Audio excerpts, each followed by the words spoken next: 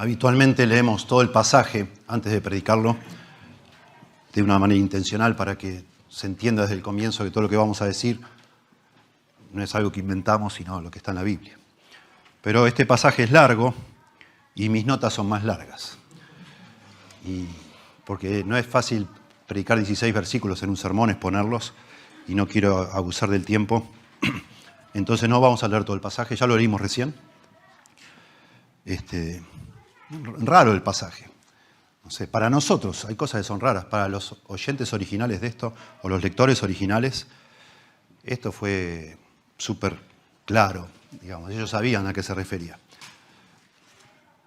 Acá hay mucho, como dicen ahora, rosca política en este pasaje. Acá tiene mucho que ver con la política de Samaria, con sus relaciones internacionales, relaciones exteriores, con los reyes, las intrigas del palacio, etc. Pero la Biblia no es para solo un grupo de personas determinada, sino que el Espíritu Santo hizo que se coleccionara todo lo que tenemos en la Biblia para hablarnos a todos los seres humanos a lo largo de toda la historia, para hablarnos de Dios, para hablarnos de nosotros. ¿Sí? En un sentido, nosotros hoy tenemos más tecnología, tenemos distinta forma de vida, nos vestimos distinto, pero somos exactamente iguales en nuestro corazón que el pueblo de Israel, lo mismo. El ser humano no ha cambiado y Dios es el mismo. Nuestro problema es el mismo que tenían los israelitas y la solución es la misma. ¿Sí? La semana pasada hablamos de eso, del arrepentimiento, el genuino arrepentimiento es la solución para nuestro problema que se llama pecado. Y por eso es que nos tomamos el trabajo, el tiempo de entender todo lo que, en lo posible, todo lo que la Biblia dice. Ojalá podamos algún día predicar todos los pasajes de la Biblia. Y entonces nos tomamos el tiempo, vale la pena. Pero tenemos siempre ese peligro de irnos por las ramas, digamos así, haciendo demasiado hincapié en detallecitos geográficos, históricos, políticos, y olvidarnos que esto está puesto acá para hablarnos al corazón. ¿Sí? Entonces, por supuesto, hay que tratar de entender todo, para una vez que entendemos el significado exacto, correcto, preciso, entonces ahí lo aplicamos a nuestro corazón con confianza de que entendimos lo que dice y ahora, digamos, hacemos el puente a lo que nos está pasando a nosotros. Si ustedes miran así, a vuelo de pájaro, como decimos, este pasaje, nos damos cuenta que habla de la maldad de Israel, de la maldad de Samaria, de los gobernantes y del pueblo entero. Y lo hace de manera, a distinción de otros pasajes anteriores, de manera muy detallada, en asuntos muy particulares. Comienza el pasaje diciendo que el pueblo de Israel pensaba que Dios no los veía, no tomaba nota de lo que estaba pasando. Y parece como a propósito que Dios como que muestra que sí, sabe todo lo que está pasando y da ejemplos de todas las cosas, maldades que han hecho ellos. Pero ustedes noten nomás, versículo 1 habla de la iniquidad de Efraín, las maldades de Samaria, porque hicieron engaño, dice también. El versículo 2 habla de maldad otra vez. Versículo 3, maldad, mentiras.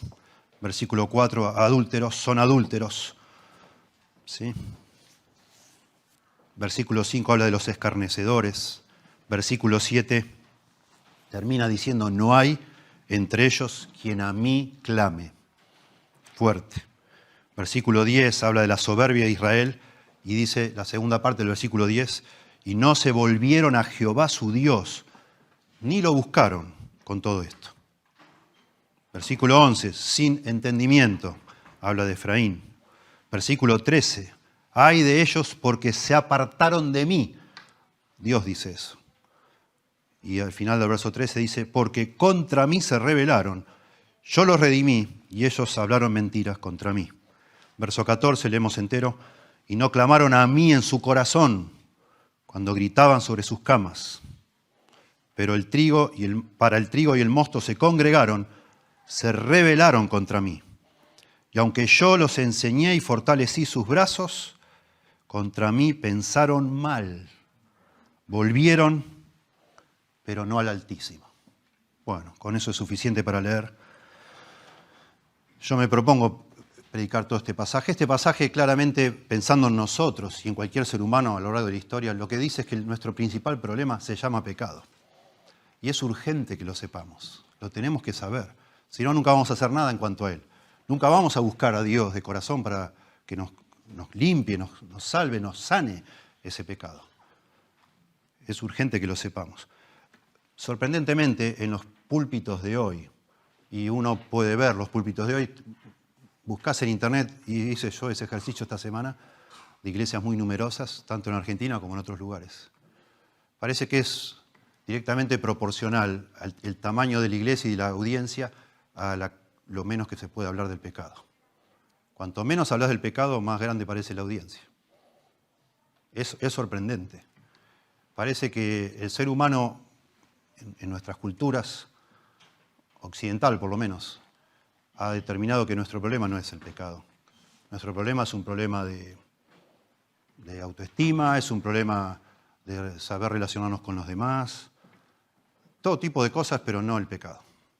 Y en muchos púlpitos, hombres muy elocuentes, mucho más elocuentes que los que estamos en este púlpito acá, hablan de manera muy interesante, la verdad, muchos de ellos atrapante, sobre cómo sentirse bien uno, sobre cómo relacionarse con los demás, sobre cómo encajar en distintas cosas. Algunos he escuchado esta semana un sermón muy interesante sobre lo importante que los jóvenes estudien y trabajen. Hermoso, bien explicado, muy bien. Con una habilidad y una inteligencia brillante. La persona que ni lee las notas.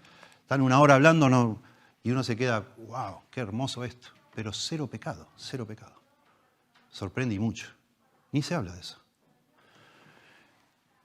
En todo caso, se toma la idea secular, que tiene más que ver con algo médico, con una enfermedad.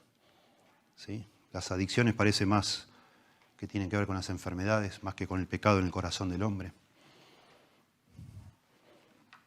Pero no la necesidad de arrepentirnos o de buscar a Dios, de quebrantarnos delante de Dios. En algunos círculos de esos sermones no busqué, pero sé que existen. Cuando una persona tiene una lucha muy intensa con el pecado, lo catalogan como posesión demoníaca. Pero nunca se habla de arrepentimiento. No se habla casi nada. Bueno, no era así en la Biblia. Y no fue así a lo largo de toda la historia del cristianismo. Hay un periodo en la historia del cristianismo que sobresale mucho por la guerra frontal contra el pecado y llamar a las cosas por su nombre, que fue en el famoso movimiento puritano, sobre todo en el puritanismo inglés. Es muy interesante, ¿sí? Muy interesante buscar cuántos libros de los puritanos hablan denunciando de manera muy, muy violenta, frontal, el asunto del pecado, el problema del pecado. A mí me gusta uno mucho, muchísimo me gusta ese libro, demasiado. Los puritanos son raros de leer, son complicados, como que no dejan ninguna piedra sin dar vuelta, pero hay un libro que se llamaba La plaga de las plagas, de un hombre llamado Ralph Benning. En 1669 fue escrito ese libro. Ahora le cambiaron el nombre. De hecho, él le puso La plaga de las plagas porque lo escribió mientras en Londres estaba viendo una plaga, interesante. Pero después le cambiaron el nombre porque en realidad el libro está basado en Romanos 7:13, que habla de la pecaminosidad del pecado. O algunos lo han incluso modernizado, lo extremadamente malo que es el pecado. Se llama este libro. Y es todo un tratado tratando de que los que lo leemos quedemos realmente conmovidos, pensando en lo que es el pecado. Lo extremadamente malo que es el pecado. El libro está basado en Romanos 7:13, que dice la Reina Valera, a fin de que por el mandamiento el pecado llegase a ser sobremanera pecaminoso. Frase rarísima, que el pecado llegase a ser sobremanera pecaminoso. Dice en otra versión, un poquito más clara, dice, más bien, lo leo más completo, el verso 13 completo, más bien fue el pecado lo que valiéndose de lo bueno me produjo la muerte. Ocurrió así, está hablando Pablo de la lucha que él tiene con el pecado, ¿verdad? Romanos 7. Ocurrió así para que el pecado se manifestara claramente, o sea, para que mediante el mandamiento, la ley, se mostrara lo extremadamente malo que es el pecado. Y yo digo que este capítulo 7 de Oseas, de alguna manera cumple esa función, es mostrarnos lo extremadamente malo, lo extremadamente asqueroso, abominable que es el pecado para nosotros. Yo creo que está puesto acá por el Espíritu Santo para convencernos que el pecado es lo peor que podemos hacer, lo peor que nos puede pasar, la desgracia más grande. Nos va a traer la miseria peor, a nuestra vida que ninguna otra cosa que podamos imaginar. Comienza el libro de Ralph Benning, me encanta. Empieza la primera línea. Ahora demostraremos en qué consiste la maldad del pecado. Y empieza a escribir el hombre. Tengo una tentación de subir y leer el capítulo 1 acá y ya voy a leer algunas partes, porque es realmente muy interesante. Dice, por ejemplo, Ralph Benning, ¿debo rogarles, pregunta ahora, que consideren lo que se ha dicho y piensen en lo abominable y feo que es el pecado? Es el peor de los males, peor de lo que pueden expresar las peores palabras. Les he mostrado cómo es contrario a Dios y al hombre. Como prueba de esto, he traído testigos del cielo, la tierra y el infierno. Les he mostrado lo caro que le costó a Cristo Jesús que murió por él. Y lo caro que le costará a usted si vive en el pecado y muere en él. Por tanto, temed y no peques, o temblad y no pequéis. Pon la palabra de Dios, sus mandamientos, promesas y amenazas, para que no peques contra él. Pon tu atención allí, debe ser.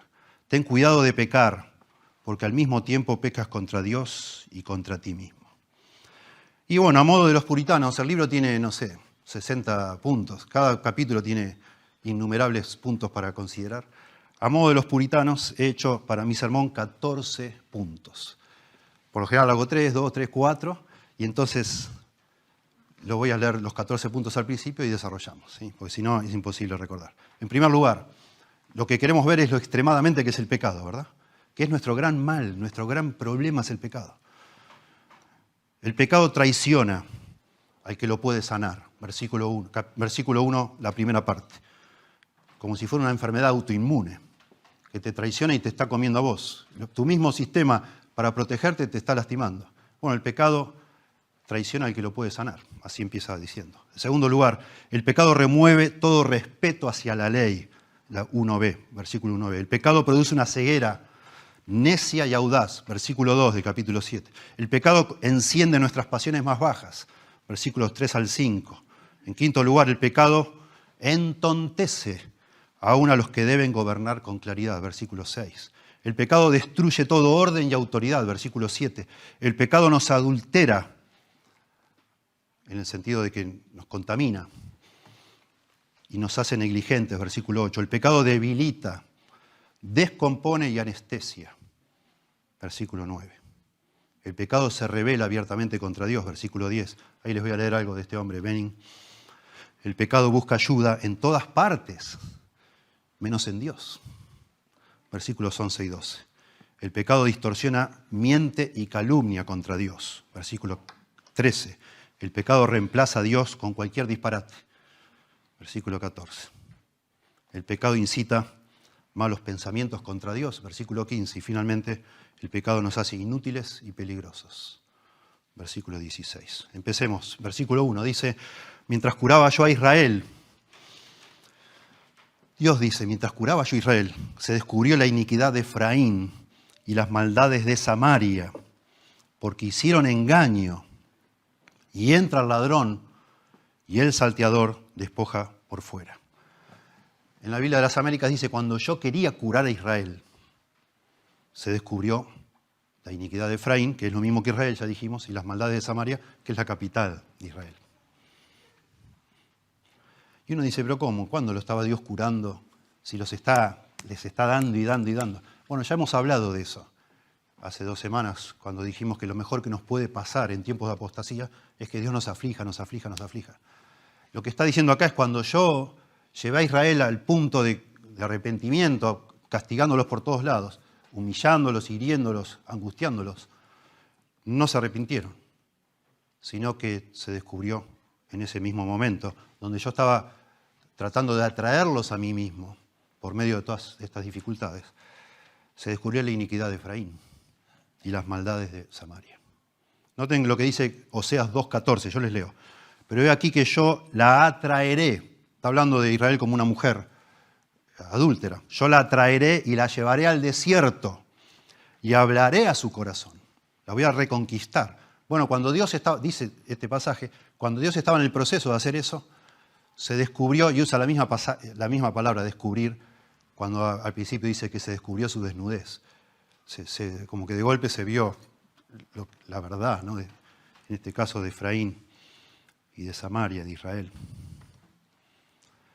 Y define acá de una manera muy fea, pero muy real, lo que es la vida de un ser humano. Porque practican el engaño, dice acá. Porque hicieron engaño, la idea es practican el engaño. Así somos nosotros todos, los seres humanos. Vivimos engañando y engañándonos.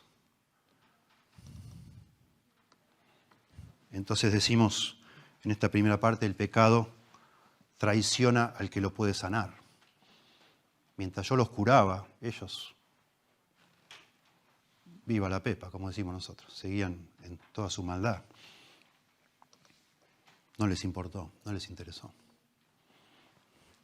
Ustedes saben lo que son las enfermedades autoinmunes, ¿verdad?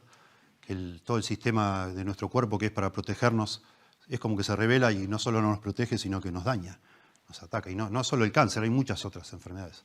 Hay muchas enfermedades autoinmunes. Como si el pecado fuera así. Como que está dentro nuestro, no es que se introduce, está. Desde que Adán y Eva cayeron en pecado, nosotros nacemos como pecadores. Y digamos así, ese mecanismo que está dentro nuestro, esa realidad, nos boicotea todo el tiempo.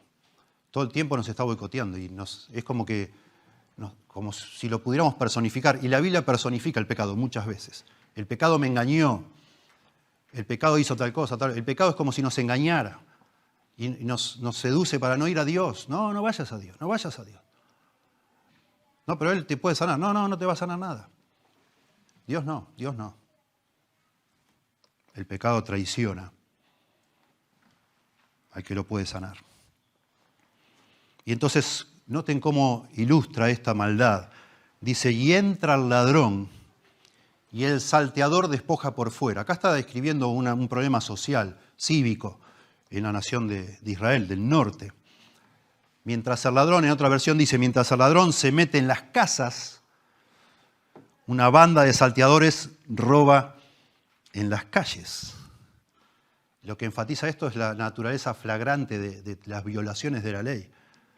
Es una anarquía, se ha vuelto una anarquía, parece, no sabemos si Oseas está hablando solo de la nación de Israel o conoció a Argentina también en esta época, pero es increíble, porque es en definitiva lo que estamos viendo en nuestro querido país, y quizás en otros países pasa lo mismo, no lo sé. Es ver eso, toda la maldad llegó a un extremo donde a lo malo se le llama bueno, a lo bueno se le llama malo, la gente se ríe, se defiende a los que hacen el mal, como si fuera casi que es un trabajo salir a robar. Así se dignifica, ¿no?, a la persona que hace maldad. Pero eso no es exclusivo de nuestro país. Eso es digamos, de una cadena de dominós, digamos así. Estamos llegando a ese punto, como llegó la nación de Israel, que era el pueblo de Dios, que a diferencia de nuestro país tenían la ley de Dios, tenían, se supone, sacerdotes, líderes espirituales que debieron advertir contra eso y frenar eso. No, lo promovieron. Tremendo. Injusticias sociales, cívicas, civiles en general. No está Dios diciendo, bueno, ustedes no pusieron suficientes policías en la calle. No es esa la queja, no es esa la denuncia. Lo que está diciendo, la gente tolera lo que es intolerable. Ya no hay filtro, no hay discernimiento, lo que está bien, lo que está mal. Los ladrones hacen lo que quieren, las patotas en las calles hacen lo que quieren, se van inventando cada vez más formas de hacer maldad. La sociedad tolera todo. El crimen es rampante en la sociedad de Israel. La gente se engaña entre sí, los ladrones roban, las pandillas asaltan. Se olvidó la ley. No hay justicia civil. Bueno, acá no da ese ejemplo solo. Podemos pensar en el aborto, podemos pensar en un montón de cosas. En la forma que se defiende más un árbol que una persona, quizás, hoy en día. A un animal que a la persona. Una cosa que vos decís, no puede ser. Es que se abandonó lo único firme que teníamos, que era la ley de Dios. Los conceptos claros, lo que está bien y lo que está mal. Ya no está. Y eso lo hace el pecado, ese segundo punto que yo mencioné. El pecado remueve todo respeto hacia la ley. No quiero ley. ¿Qué ley? Yo hago lo que quiero, yo hago lo que siento. ¿Por qué está mal? Si yo me puse de acuerdo con esta persona y lo hicimos con mutuo consentimiento, ¿y por qué está mal? No, está mal, Dios dice que está mal. No, pero ¿quién define eso? El pecado remueve cualquier cosa que lo inhibe. Es casi como esto estamos diciendo del primer punto, que se auto boicotea, digamos. La ley está puesta para frenar el pecado, para restringir el pecado, pero el pecado se las ingenia para sacar eso del medio, para remover eso que lo puede refrenar. Versículo 2. Y no consideran en su corazón que tengo en memoria toda su maldad. Ahora les rodearán sus obras, delante de mí están. No se ponen a pensar, es la idea. No dicen, literalmente no dicen a su corazón, hey, Dios está mirando, cuidado. No dicen eso. No reflexionan, no piensan a ese nivel. No hay introspección. Y esto es, para muchos escritores, comentaristas, dicen, esto es una demostración de que el pueblo de Israel estaba más aferrado a las religiones paganas que al judaísmo, porque el judaísmo y el cristianismo, por supuesto, como sucesor, promueve que nosotros reflexionemos y pensemos, promueve el temor de Dios. Es un pilar, y fue un pilar en la nación de Israel para ser una persona sabia, temer a Dios. Ese es el principio de la sabiduría. Pero ya no había temor de Dios. Porque las religiones paganas en general quitan eso, no son reflexivas, no te hablan de que pienses lo que estás haciendo. Se basan más bien en ritos, en ceremonias, parece que te van a dar suerte. Todo depende de que hagas y digas las palabras correctas o hagas la ceremonia correcta, pero no tiene nada que ver con lo que está dentro de tu corazón y lo que vos haces. Ninguna religión, salvo la verdadera religión, que es la que Dios estableció, te pide que endereces tu vida. Es por eso que el budismo está cada vez más popular. En Estados Unidos, impresionante. Porque no hay que hacer nada, no te pide nada, no se mete con tu vida privada. Vos solo decís unos mantras ahí y ya. Y así siempre fue así la religión inventada por el hombre. Al contrario, en los cultos paganos por lo general se promovía todo tipo de barbaridades, de pecados, de lascivias y todo tipo de cosas. Borracheras, promiscuidad sexual de todo tipo. Ahora, dice, noten ustedes, ahora les rodearán sus obras. Ellos piensan que Dios no las ve, Dios dice, ahora les rodearán sus obras. Delante de mí están. No es la idea de esta frase que están rodeados de pecados, sino que cuando Dios mira a esas personas, mira a ese pueblo, de cualquier ángulo que lo mire, lo que va a ver es pecado. Es lo que ve Dios en estas personas, pecado de todo tipo. Ellos piensan que Dios no mira, que Dios no ve, que Dios no toma en cuenta, y Dios dice, miren, ahora yo, donde sea que los mire, lo único que veo es pecado. ¿Cómo que no veo? Veo todo. Y por eso digo, en tercer lugar, el pecado produce una ceguera necia y audaz. Audaz en el sentido, de nuevo, que vos pensás que tus pensamientos son la regla, son la norma, son lo que debe ser, y los demás están equivocados. Yo soy la medida de todas las cosas. No, para mí está bien. Yo ni hice nada malo. ¿Qué tiene de malo? Es natural hacer esto. Ustedes sabrán y escucharán lo que la gente dice. Versículo 3 dice, con su maldad alegran al rey. Vayan pensando mientras leemos esto. Con su maldad alegran al rey. Y se asume implícito, y alegran a los príncipes con sus mentiras. Bueno, ahí está centrándose en el liderazgo político, ¿verdad? El rey, los príncipes, los funcionarios del rey, la nobleza influyente, etc. Tremendo que la maldad es el motivo de regocijo del rey, la maldad. Con eso lo alegran, lo motivan. Y las mentiras, lo mismo, refuerzan, ¿no?, a los príncipes. Lo que va a empezar a describir acá es todo un complot para derrocar al rey. Y lo hacen de manera, justamente utilizan el pecado, el deseo de disfrutar que tenemos las personas, para derrocar un rey, de manera ilícita, por supuesto, contra la voluntad de Dios. Cosa muy notable cuando leemos en el libro de Reyes, todos los reyes en Judá, en el sur, son todos descendientes de David, todos. Nunca hay un asesinato, nada, nunca. En el norte no pasa eso. No pasa eso. Cuando escribe Oseas faltan 10 años para que se cumpla la destrucción de Israel.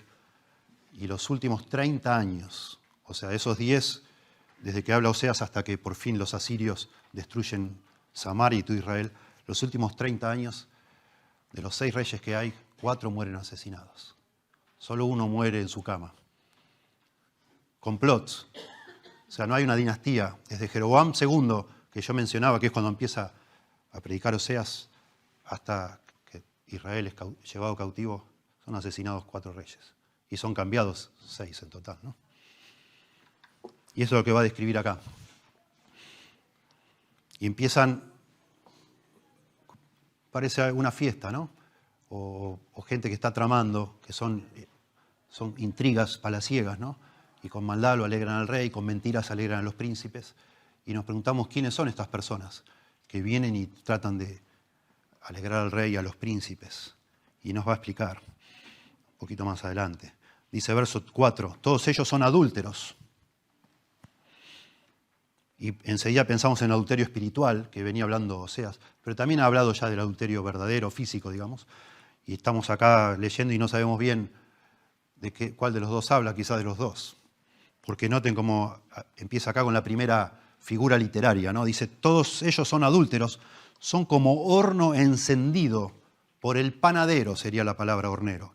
Son como horno encendido por el panadero, que cesa de avivar el fuego después que está hecha la masa de pan, hasta que se haya leudado. Bueno, aquí de nuevo, la palabra adúltero se ha usado muchísimo en este libro, la palabra fornicación, prostitución, etc. Se ha usado todo el tiempo. Y acá está hablando de pasiones y compara con un horno que está encendido.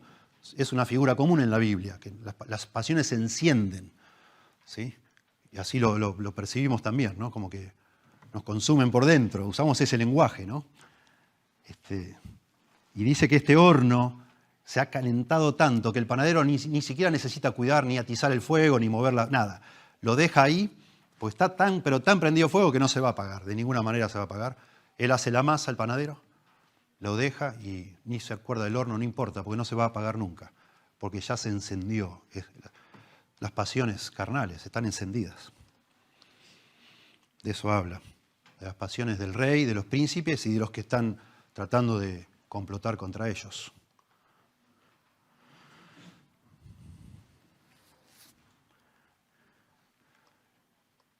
Y denuncia, ¿sí? De nuevo, no son ni los adulterios, ni la fornicación, ni nada, son actos consentidos entre dos adultos, así no define eso la Biblia, para nada. No. Notablemente este panadero, bueno, deja todo como está, no se mete, y está todo andando, digamos. La levadura leuda, el pan leuda, y él, dice la Nueva Versión Internacional, de otra forma, dice, parecen un horno encendido, cuyo fuego no hace falta atizar, desde que el panadero prepara la harina hasta que la masa fermenta. Todos ellos son adúlteros. El pecado, en cuarto lugar, enciende nuestras pasiones más bajas. Ese es el cuadro que se muestra acá. Y hay lo que debería ser de pronto un tiempo de regocijo cuando se junta el rey con todas sus oficiales o incluso las fiestas en las cuales el rey presidía, se nos da a entender que se transformaban en orgías. Noten, verso 5. En el día de nuestro rey, los príncipes lo hicieron enfermar con copas de vino. Extendió su mano con los escarnecedores. A propósito, tengamos en mente, cuando reinan las pasiones, y es lo que el escenario que está mostrando acá de este horno encendido, es como las pasiones gobernando todo, no existe la lealtad. Se pierden los límites de todo, de la dignidad, de la lealtad. Está uno ya en modo irracional, en modo animal. Eso es lo que explica acá. En el día de nuestro rey, algunos comentaristas dicen que es un poco raro esto, el día de nuestro rey sería la fiesta del rey, y dicen que es mucho mejor entender durante el día, porque el verso siguiente habla de toda la noche. Como que acá hay un contraste, que esto sucede de día, de noche, a todo momento. Esto no tiene límites. En el día de nuestro rey, dice la Reina Valera, los príncipes lo hicieron enfermar. Noten, los mismos príncipes, sus oficiales, traicionan a su rey, boicotean a él, al rey. Yo me río porque las similitudes con nuestra realidad son tremendas, pero En el día de nuestro rey, los príncipes le hicieron enfermar con copas de vino, lo emborrachan al rey. Y entonces el rey borracho, dice, extiende su mano con los escarnecedores. Rara la palabra en el original, esto de extender la mano, parece lo que es que agarra a alguien y lo trae, lo acerca a esas personas. Como que el rey borracho quiere que la gente, los escarnecedores en la Biblia son los infieles, los que se burlan de Dios. Quiere que ese tipo de personas lo acompañen y festejen con él. Se rodea de gente fiestera, como decimos nosotros. El hombre está borracho y dice, bueno, traigamos todos estos necios que les encanta. Estos son los mejores compañeros para una fiesta. No voy a traer a los juiciosos, a las personas que andan buscando a Dios. Acá son aguafiestas ellos. Entonces el hombre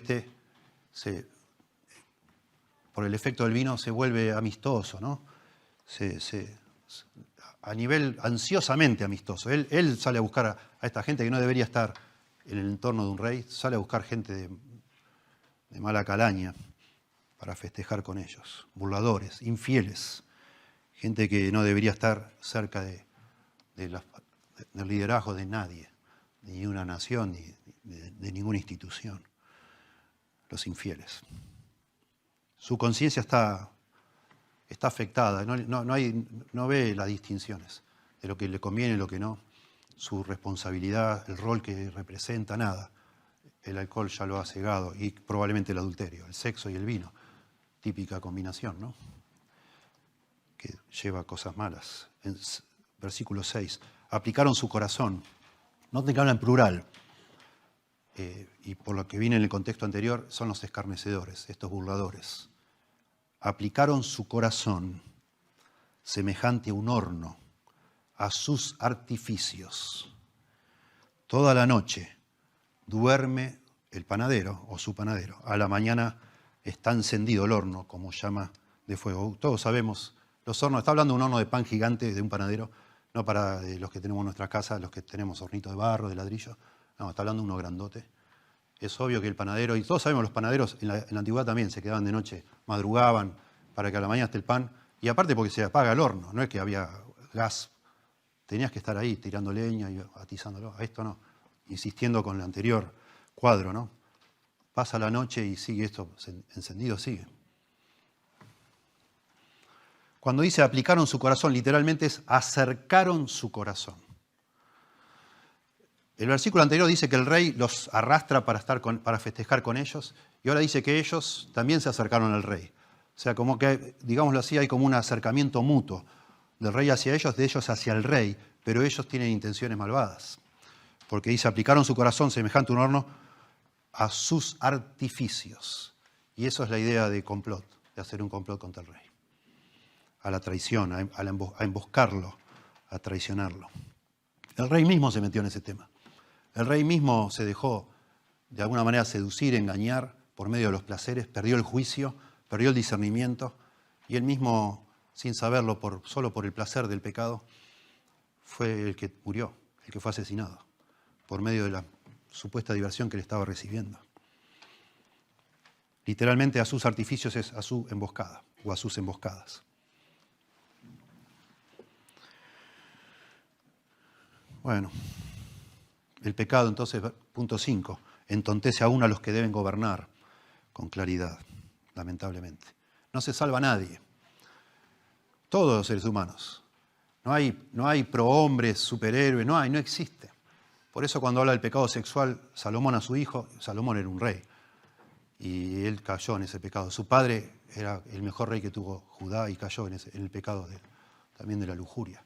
Y cuando le habla a su hijo, Salomón, en capítulo 7 de Proverbios, dice, aún los más fuertes han caído por ella, por este pecado, por una mujer extraña, por el deseo sensual, la sensualidad. Y ese es el testimonio de la Biblia. El hombre más sabio que jamás existió, Salomón, cayó en el pecado sexual. El hombre más íntegro que vemos en la Biblia, quizás David, cayó en el pecado sexual. Y el hombre más fuerte, Sansón, cayó en el pecado sexual. El pecado entontece a uno de los que deben gobernar con claridad y pierden el juicio y toman decisiones completamente absurdas. Y bueno, no solo el pecado sexual, ¿no? La avaricia, vaya a saber, tantas cosas, tantos pecados pueden ser. Versículo 7, todos ellos arden como un horno. Sigue con el tema del horno. Y todos ellos, si ustedes miran bien el verso 4, hablaba de todos ellos. Voy para atrás al verso 4. Para que ustedes vean. Todos ellos son adúlteros, verso 4. Son como horno encendido. Y vuelve acá al tema de todos ellos. Y entonces nos damos cuenta de que todos ellos no son solo el rey y los príncipes, sino también todos estos burladores. Arden como un horno. Y devoraron a sus jueces. Cayeron todos sus reyes. No hay entre ellos quien a mí clame. Y de nuevo, insisto, acá hay un contexto histórico súper claro para las personas de esa época. Los reyes eran asesinados como nada. Era lo más peligroso ser un rey. Sí. Tremendo. Y dice que mataron a los jueces también, devoraron a sus jueces. Claro, el tema es que la maldad corra rampante y cualquiera que pueda poner un freno a eso hay que matarlo también. Lo vemos también, todos vemos las cosas en nuestro país, son demasiado evidentes todo. La palabra dice arden acá, están calientes, todos ellos están calientes como un horno. De nuevo hablando de las pasiones. Y devoraron a sus jueces, deseos malvados, ¿no?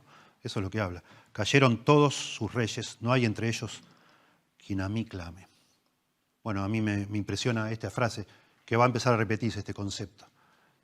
Están sufriendo las consecuencias del pecado, están chapoteando en el pecado, ya no se puede ni vivir en un contexto así, pero a nadie se le ocurre clamar a Dios, que es el único que los puede sacar de esa situación. Nadie busca a Dios. No hay entre ellos quien a mí clame. Tremendo. Interesante, no tenemos tiempo para hilar demasiado fino, pero cuando vamos mirando en este pasaje los pronombres, a veces habla Dios en primera persona, a veces en tercera, a veces habla de Israel en primera, a veces en tercera. Interesante, a veces sutilmente como que Dios se despega de estas personas, de todas estas maquinaciones, estos trampas que se hacen entre ellos. Dios no tiene nada que ver con eso, obviamente, ¿no? Todos los asuntos de Estado ya no están guiados por Dios, es obvio. Ellos se desprendieron de Dios, le dieron la espalda, no quieren que Dios intervenga de ninguna manera. Todo está de alguna manera llevado adelante por la fiebre o la lujuria egoísta, ¿no? Los deseos malvados, eso es todo. Acá se describe una nación egocéntrica. Podemos hablar de una nación y de una persona egocéntrica, obvio. No buscan a Dios, no se quieren humillar, no quieren reconocer que hay un creador, que hay un Señor al cual debemos someternos. Yo me arreglo, yo lo manejo. Tremendo. Es muy amargo leer esto. No hay entre ellos quien a mí clame. Y entonces en punto 6 yo digo, basado en este versículo 7, el pecado destruye todo orden y autoridad. No matan al rey, obviamente que se supone en una monarquía que está fuera de nuestra experiencia, pero se supone que el rey lo ponía a Dios. Eso no les interesa. Matémoslo, pongamos otro. Y así. Los jueces que supuestamente imparten, sobre todo en el contexto de Israel, lo que hacían era cumplir la ley. La ley era la ley que dio Dios. Matemos al juez. Basta de la ley de Dios. Impresionante. El pecado, entonces decimos, destruye. Se me fue para acá, discúlpenme. Todo orden y autoridad. Verso 8. Efraín se ha mezclado con los demás pueblos. Efraín fue torta no volteada. Bueno, acá habla de la política internacional, de Samaria, pero de nuevo, aquí entrelaza tantas cosas que tienen que ver con la actitud espiritual que aún así lo podemos aplicar a nosotros. Efraín se ha mezclado con los demás pueblos. Efraín fue torta no volteada.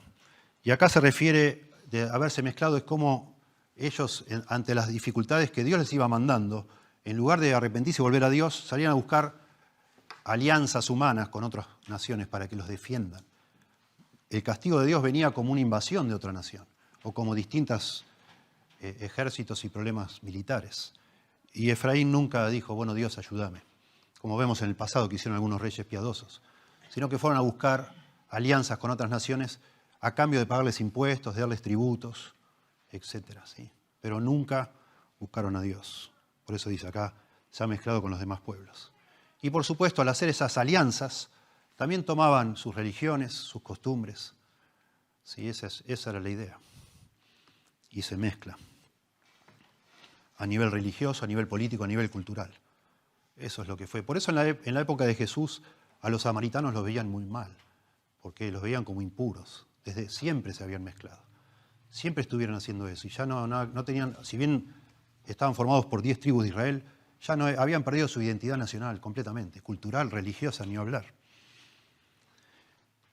Por eso yo dije que el pecado, voy a decir que el pecado nos adultera, en el sentido de como un alimento adulterado es algo que está de alguna manera mezclado con otra cosa que no es lo que debería ser.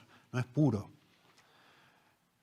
No es algo íntegro, sino que es algo que está mezclado. Y Israel ya no era a los ojos de Dios y a los planes de Dios, los deseos de Dios, era otra cosa. Y lo voy a demostrar en un momento leyéndoles, explicándoles y leyéndoles lo que dice un jarrón que encontraron en la época de la Edad de Hierro, que es la época que se está escribiendo esto. Que vos decís, no puede ser, no puede ser. ¿Cómo personas que tienen la ley de Dios no conocen a Dios y mezclan todas las cosas? Es lo que dice acá, ¿no? Efraín se ha mezclado con los demás pueblos. Bueno, hacemos un pequeño paréntesis para descansar, es muy intenso esto, descansar en un sentido mental, pero miren, por favor piensen un poco en el mundo evangélico de hoy. Está mezclado, hay magia, hay cosas traídas de la magia, de cosas turbias, personas que te ofrecen que Dios haga algo a cambio de comprar un amuleto o decir ciertas palabras mágicas, de cosas que no tienen nada que ver con la Biblia. Es todo magia, traído la magia de la antigüedad. Claro que sí. Tremendo. Está todo mezclado. Mezclado. Así era Efraín. Efraín fue torta no volteada. Y esto de nuevo, tenemos que recordar o pensar en cómo hacían ellos. Está hablando de una torta chata, como si fuera un pan árabe, ¿no? Esos pan pita que le dicen, que lo tenés que hacer de un lado y después lo tenés que dar vuelta y hacer del otro. Bueno, acá lo hicieron de un solo lado. Del otro está crudo. Es una imagen, otra vez, es una imagen. Está mezclado, de alguna manera está adulterado. Le puse la palabra adulterado para pensar en comida, como si fuera comida, ya que habla de una torta no dada vuelta, de un pan no dado vuelta. Y imagínense un pan no dado vuelta, de un lado con una costra duro, quemado, y el otro lado crudo. Quizás dice un comentarista, de un lado, el lado duro y con costra, es la actitud de Efraín, de Israel, hacia Dios, completamente duro. Y hacia las naciones, completamente blando, permeable, moldeable. Pero de pronto podemos pensar al menos en algo que es incomible, que no se puede comer. Algo que está adulterado, que está crudo, que no está bien cocido, no se puede comer. Produce náuseas. Punto 7, el pecado nos adultera, en ese sentido. Mezcla todas las cosas. Hace lo que llamamos un sincretismo, una ensalada de cosas. Bueno, le pido a Dios, pero también por las dudas me consigo la espiguita de San Cayetano para que no me falte trabajo y voy al curandero a ver si me ayuda con esto y la cintita y bueno, me agarró la culebrilla, bueno, Dios, no le voy a pedir a Dios por la culebrilla y voy a que me saquen el daño y mezclo todas las cosas. El pecado nos adultera, nos hace negligentes. Verso 9, devoraron extraños su fuerza. Perdón, digo negligentes, explico esto, déjenme. He leído estudiosos que hablan de este panadero del horno y dicen, bueno, qué raro que hable tanto el panadero, aparte del horno, ¿qué tiene que ver? ¿Por qué menciona el panadero? Y algunos comentaristas dicen, puede ser una referencia a los líderes, especialmente al rey, que dice que el panadero duerme, de día no cuida el horno, dice que no está tan encendido que no hace falta nada, y de noche se va a dormir, dice que duerme. Y entonces algunos dicen, bueno, puede ser una referencia velada a que el rey, que es el que tiene que impartir orden, no hace nada, es negligente. Después la torta que no se da vuelta, de nuevo, ¿por qué no dio vuelta el panadero? ¿En qué estaba? Y estaba pecando. Miren, yo trato de pensar todo el tiempo en mi corazón, en las cosas que veo como pastor. Hay personas que están realmente atrapadas en pecados adictivos. Y esas personas en general son negligentes. Ya descuidaron hace rato todas sus responsabilidades. Y ustedes saben por experiencia, conocerán también, cuántos hogares donde el líder del hogar, el hombre que debe ser el líder del hogar, está enredado en todo tipo de pecados, no lidera. Sus hijos hacen lo que quieren, no atiende nada, no puede. Su corazón está en otro lado, la culpa lo está consumiendo. El pecado hace eso con nosotros. Claro que sí. Nos roba, parece, no solo el gozo, no solo la alegría, la paz, nos roba todo el pecado. Y nos hace negligentes. Y las descripciones que siguen más adelante coinciden con esta idea de negligencia. Ahora vamos a ver. Verso 9 dice, devoraron extraños su fuerza. De Israel, ¿no? Y él no lo supo. Y aún canas le han cubierto y él no lo supo. Y entonces devoraron, algunos piensan que sigue con la idea del pan, de este pan, que se lo están comiendo y no saben. Y esto de aún canas le han cubierto, noten que no menciona la cabeza. ¿Sí? Habla de algo gris, literalmente lo que habla en el original es como una pelusa gris lo ha cubierto. Y bueno, algunos traducen canas, diciendo, bueno, se ha envejecido, ya está débil, no tiene fuerzas, ya está viejito y no se da cuenta. Y así está Israel. Faltan 10 años para que se muera Israel con la invasión de Asiria. Y no se da cuenta que se está por morir. Le quedan 10 años y se cree que es un fenómeno. Esa es una posibilidad. La otra es que está hablando del pan que está lleno de moho. Esta pelusa gris es el moho y no se da cuenta. El pan no solo no se dio vuelta, sino que después no se conservó como se debía, está podrido. Y no se da cuenta. Y otras personas se lo están comiendo y no se da cuenta. Está como tonto. El pecado nos estupidiza. Y ustedes pueden conocer y saber. No sé si han pasado por momentos así en su vida y por la gracia de Dios han salido. Pero ustedes pueden conocer. Todos sabemos. Pero de nuevo, la persona en este mundo donde estamos, donde el pecado ya se ha quitado del lenguaje, va a un psiquiatra, va a un psicólogo, que le den pastillas, que le den un tratamiento, no sé. Estoy deprimido, no sé qué me pasa. Hay causas, por supuesto, médicas, físicas de la depresión, no estoy minimizando esto. Pero ya nadie explora la posibilidad de que una persona que esté sumida en la depresión esté así porque está abrazando el pecado. Porque ha dado rienda suelta a eso, porque no se ha arrepentido y no busca a Dios. Y entonces ya parece un vegetal la persona. El pecado nos adultera y nos hace negligentes, el verso anterior, y acá en el verso 9 lo que estamos viendo, hablando de todo esto, es que el pecado también nos debilita, nos descompone, si fuera el caso de un pan lleno de moho, y nos anestesia, porque dice, y no lo sabe, y no lo sabe, y no lo sabe. Se lo están comiendo otros y no lo sabe. Está descompuesto, o está viejito, está débil, y no lo sabe. ¿No se da cuenta? ¿Cómo no te das cuenta? Y no, si el pecado es lo que hace. Nos debilita, nos descompone y nos anestesia.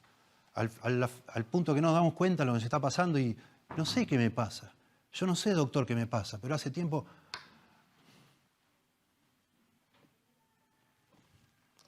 Un comentarista inglés, Campbell Morgan, escribe sobre esta ceguera muy interesante. Dice, los signos de decadencia que son patentes para los demás no son descubiertos por nosotros mismos y seguimos, y seguimos, y seguimos. Las víctimas de la disminución de la fuerza espiritual y moralmente degenerada, sin saberlo. Y siguen, y siguen, y siguen, y sin saberlo. Estamos ciegos a las señales que son evidentes para los que nos están viendo. No hay condición más peligrosa para nuestro bienestar, más elevada que esta decadencia inconsciente. Lo mismo se dijo de Sansón, tiempo antes. No sabía que el Señor lo había dejado, no sabía. Había perdido toda sensibilidad espiritual. A eso nos referimos, que el pecado nos anestesia, nos duerme,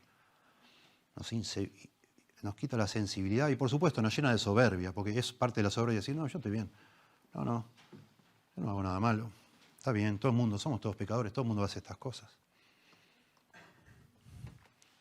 Versículo 10, la soberbia de Israel testificará contra él en su cara, noten la soberbia, y no se volvieron a Jehová su Dios, ni lo buscaron con todo esto.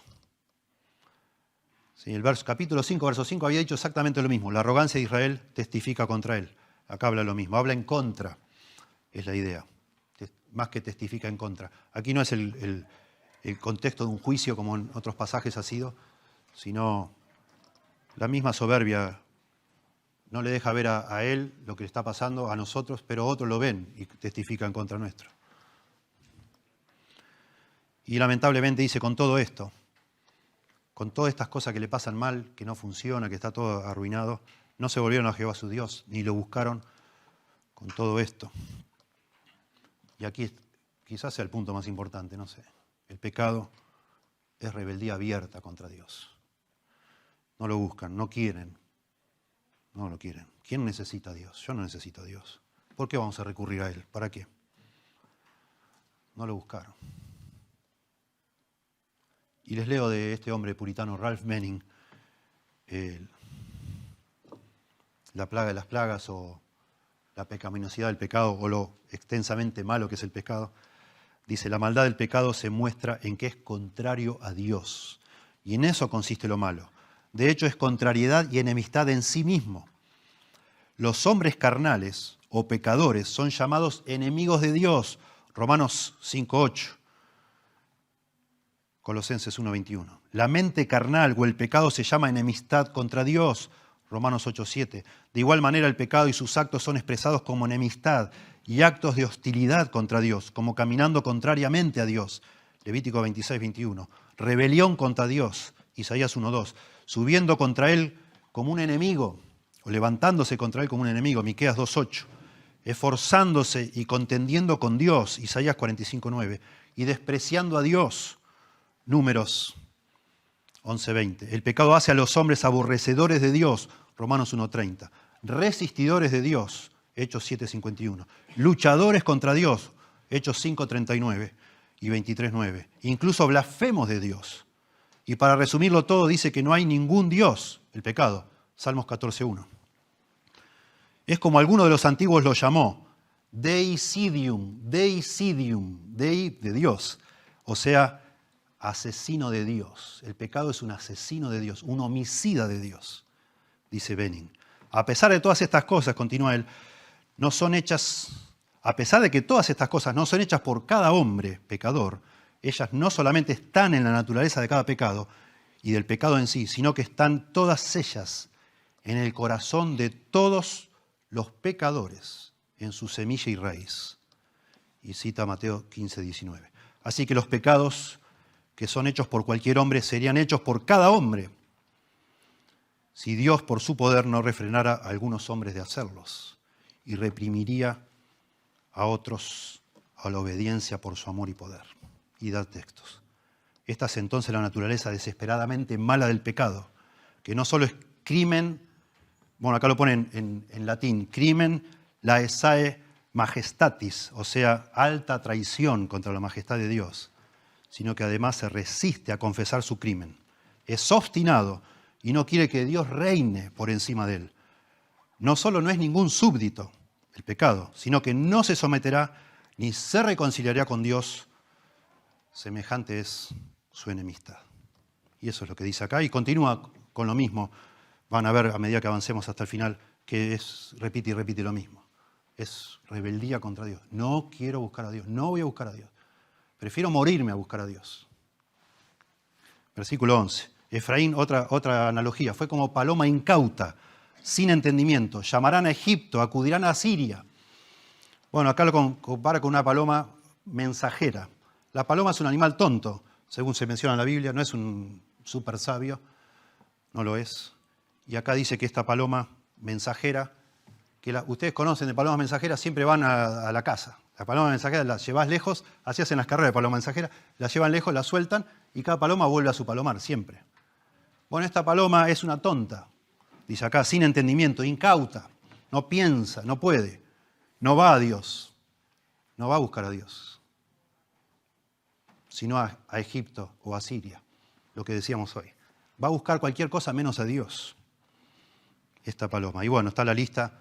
No los quiero cansar con esto, no tenemos tiempo, pero de todos los reyes, pueden ver en el libro de Reyes, todos los reyes que tuvo Israel después de Jeroboam II, cómo cada uno de ellos buscó ayuda en distintas naciones, le pagó dinero, vació las arcas, fundió al país buscando ayuda para protegerlos de otros reyes y al final fue destruido igual.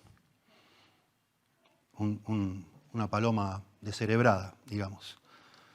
Y entonces, punto 10, decimos, el pecado busca ayuda en todas partes, menos en Dios.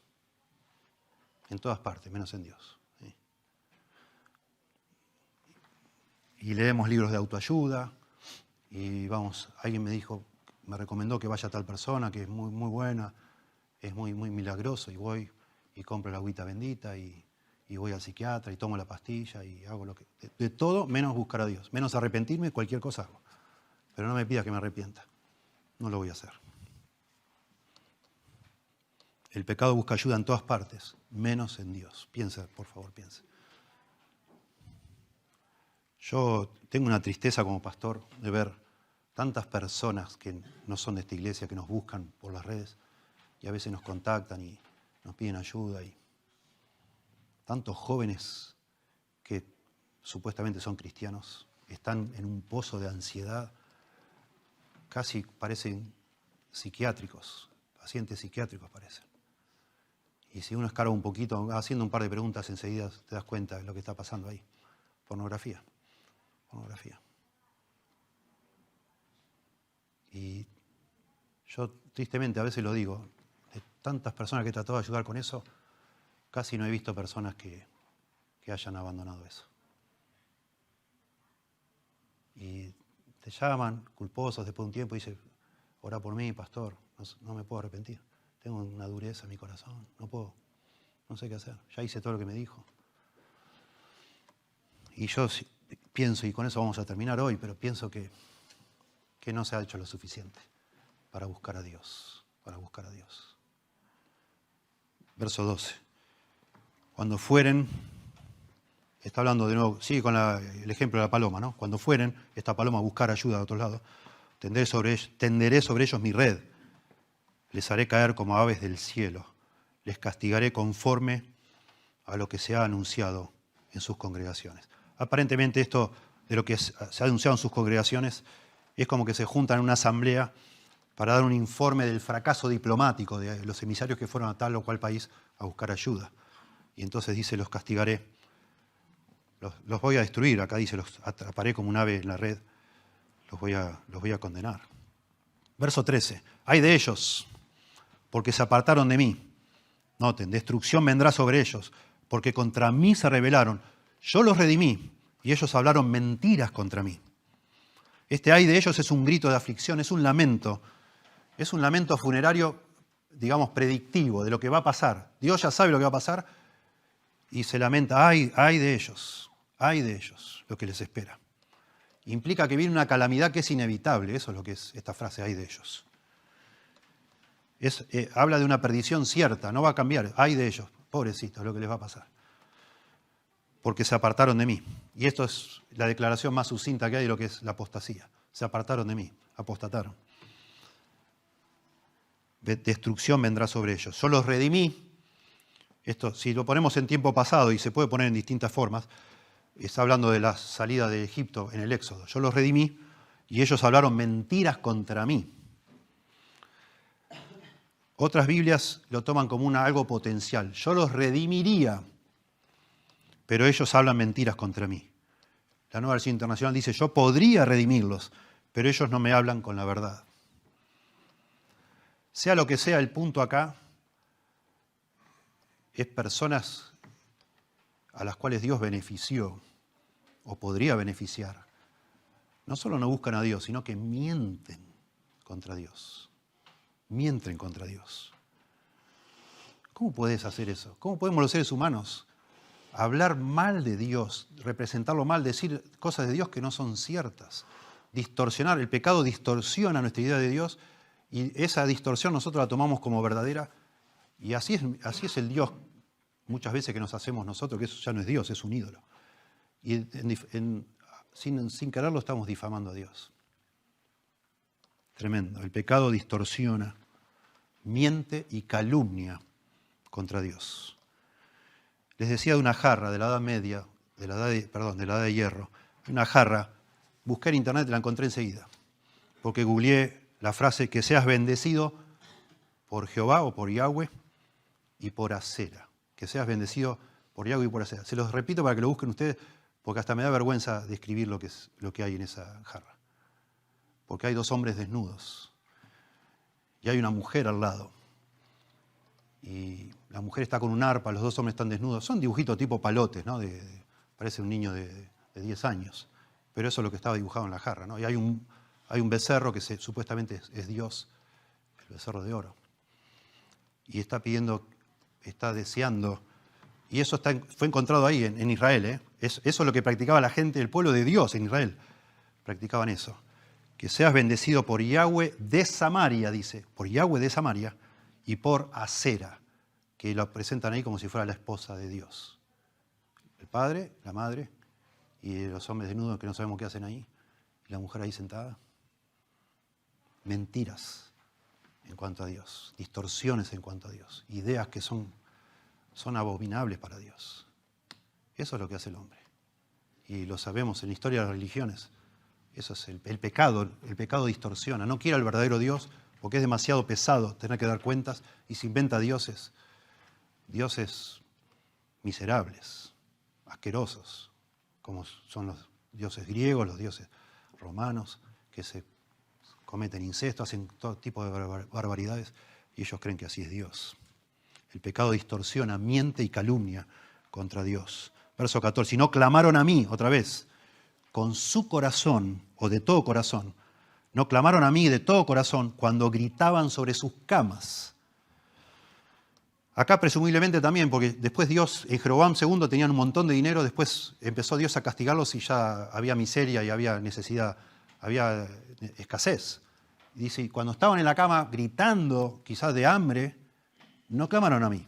No me voy a doblegar, no lo voy a hacer, a Dios no. Hago cualquier cosa así, pero a Dios no. No clamaron a mí con todo su corazón cuando gritaban sobre sus camas. Para el trigo y el mosto se congregaron. Bueno, la palabra acá es discutida y pueden ver otras versiones. Para el trigo y el mosto se tajearon, es la idea. Se hicieron cortes, porque así hacían los paganos. Se cortaron. Dice Nueva Versión Internacional, para obtener grano y vino nuevo se laceran, se lastiman.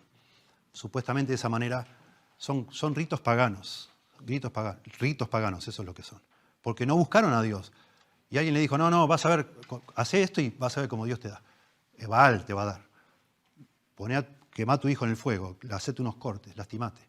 Eso es lo que hacían, ¿se acuerdan los sacerdotes de Baal en 2 Reyes 18, cuando estaba Elías y los sacerdotes de Baal se estaban cortando y gritando y gritando y gritando? Bueno, acá habla de gritar y de cortarse y nada. Se rebelaron contra mí. Literalmente son tercos contra mí. No me clamaron a mí, hicieron todo tipo de cosas paganas, pero a mí no me buscaron porque son tercos contra mí.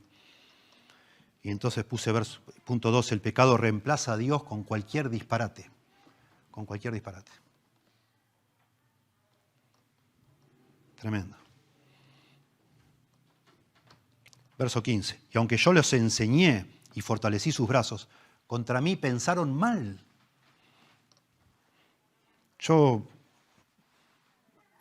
Nosotros, bueno, ya tenemos experiencia hablando con personas, tratando de compartir el Evangelio. Cada cosa escucha uno. Decir que uno entiende que Dios es soberano, porque si no a veces te da ganas de agarrar el cuello a alguien para defender a Dios, ¿no? Las cosas que la gente piensa y dice. Y las cosas que nosotros pensábamos y decíamos. Una barbaridad. Pero no te da ganas de agarrar a nadie, pero te da tristeza, se te parte el corazón de dolor. Le explicás de Cristo y parece que lo toman como si fuera una fábula. Y después te enterás que no sé, yo soy muy devoto a Sai Baba, no sé, te dicen. Y le pedís que te explique y vos decís, no puedo creer. Te estaba hablando de Dios hecho hombre, el creador. Y no lo quisiste creer. Y te aferraste a esto. ¿Estás loco? El pecado reemplaza a Dios con cualquier disparate. 15, y aunque repetí eso. Y aunque yo les enseñé y fortalecí sus brazos, contra mí pensaron mal. Maquinan maldades contra mí, es la idea. No solo que piensan mal de Dios, como diciendo, si existe Dios, ¿por qué permite estas cosas? Sino que maquinan, esa es la idea, maquinan cosas malas contra Dios. traman el mal contra mí. Bueno, lo vemos hoy, que está todo desenfrenado, ¿no? Cualquier cosa que venga a la Biblia es malvado, es perverso. Hay que tratar de sacar eso. El patriarcado que sale de la Biblia, malo. La familia, malo. Todo lo que la Biblia diga que está bien, ellos dicen, no, eso es algo para, de alguna manera, reprimirnos a nosotros. Eso no se debe hacer. Piensan mal contra Dios. Y eso es lo que dice el Salmo 14.1. Dice el necio en su corazón, fuera Dios, salí de acá Dios, no me molestes más. Eso es lo que significa. 13, el pecado incita malos pensamientos contra Dios. Verso 16 y final, volvieron pero no al Altísimo. Fueron como arco engañoso. Cayeron sus príncipes a espada por la soberbia de su lengua. Esto será su escarnio en la tierra de Egipto. Volvieron es la palabra sub, que es arrepentirse, darse la vuelta. Se dieron la vuelta, pero no para ir a Dios, a ir a cualquier otra cosa. Fueron como arco engañoso, es otro ejemplo. Un arco que no tira derecho, que tira torcido, que no solo no sirve para nada, sino que es peligroso. Por eso yo termino diciendo el pecado nos hace inútiles y peligrosos. Al punto que termina todo este cuadro que la misma gente de Egipto se va a burlar de ellos. Ellos habían salido de Egipto y bueno, las naciones, en este caso Egipto, a la cual ellos también buscaron ayuda. Se van a terminar burlando diciendo, mirá, qué desgracia esta gente, ¿no? Qué miserable este pueblo. Mirá dónde las cosas se metieron, las ridiculeces que hicieron y mirá cómo les fue. Así termina. Termino mencionando a otro puritano que me parece que vale la pena para suscitar en ustedes inquietud. Busquen La plaga de las plagas de Ralph Benning.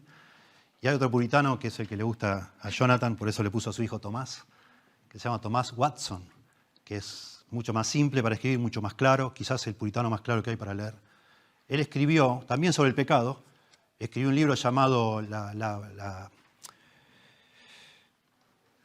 travesura o la diablura del pecado, interesante contra el pecado, pero hay un libro de él muy interesante que se llama, en español sería El cielo tomado por asalto, literalmente sería el cielo tomado por tormenta, pero es el cielo tomado por asalto y está basado en el pasaje allá en Mateo cuando dice que Jesús dice que desde los días de Juan el Bautista el cielo sufre violencia y los violentos son los que lo arrebatan.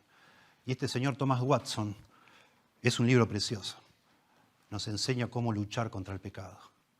Y él dice que la única manera de luchar contra este pecado que nos engaña a nosotros mismos, que nos boicotea, que nos distorsiona, que nos miente, que distorsiona todas las cosas, la única manera es con mucha violencia, dice él. La única manera de verdad ganar nuestra batalla contra el pecado es ejerciendo violencia contra él. No es para tibios, no es para flojitos. Y es por eso que las personas que dije hoy que yo he tratado de ayudar a dejar ciertos pecados no los dejan, porque no están dispuestos a ejercer violencia. Violencia. Violencia de tirar el celular al inodoro, de cortar con lo que sea, de irte a vivir si necesitas a otro pueblo, alejarte de lo que te está tentando. Violencia. Seriamente clamar a Dios por arrepentimiento, seriamente, hasta que no estás seguro que el Señor te perdonó, no lo soltás. No lo soltás. Hacés lo que tengas que hacer. Pedís licencia en tu trabajo y te vas, no sé, a donde sea. Y te dormís adentro del auto si es necesario, con la Biblia en la mano y rogando a Dios, por favor, Señor, por favor, no quiero seguir haciendo esto. Sácame esto, Señor. Por favor, Señor. Y hacé lo que tengas que hacer. Si tu ojo te es ocasión de caer, sácalo. Si tu mano, cortala. Si tu pie, sácatelo. No se puede... estamos hablando de un enemigo, pero brutal. Y solo mencioné 14 porque traté de ceñirme a este pasaje. Pero podríamos hacer una lista de 150, no sé, maldades del pecado para tratar de entender lo malo que es el pecado y cómo atenta contra nosotros. No se puede dejar el pecado así como si fuera una cosa sencilla. No. Algún día hablaremos más de esto, el cielo tomado por asalto o por tormenta. Interesante. Yo como pastor me siento pero tan frustrado. A veces me escribe personas y digo, no sé qué decirle. Y le digo, lee la Biblia. Bueno, una de las cosas que dice Thomas Watson es, la primera ejercicio violento que tenés que hacer es escuchar la palabra predicada. Exponete a sermones. Escuchá a Dios hasta que te parta en dos. Buscá a Dios de verdad. No se juega con el pecado. Te está matando. Te está matando. Te damos gracias, Señor, por tu palabra. Por favor, úsala en nuestros corazones. Señor, los que ya un día te hemos venido a conocer, tenemos un pecado remanente en nuestro corazón, que está todo el tiempo, incansablemente, tratando de engañarnos, confundirnos, endurecernos. Y los que aún no te conocen, Señor, también es el mismo problema, el pecado, la necesidad de arrepentirse ante ti, de reconocer la enfermedad y buscar ayuda solamente en Jesús, creyendo que Él murió en la cruz para darnos ese antídoto, ese remedio, su sangre preciosa que nos limpia todo pecado, Señor. Que tú nos motives a buscarte, de verdad. No jugar, no especular que, bueno, algún día me voy a arrepentir, algún día voy a hacerlo, por ahora voy a seguir disfrutando de esto porque no hace mal a nadie. Por favor, Señor, desenmascara en nuestro corazón, en nuestra mente, todos estos engaños, toda esta maldad extrema que reside dentro nuestro para que echemos mano de la única solución que hay, que es la muerte de Cristo en la cruz, Señor. Te lo rogamos en el nombre de Jesús. Amén.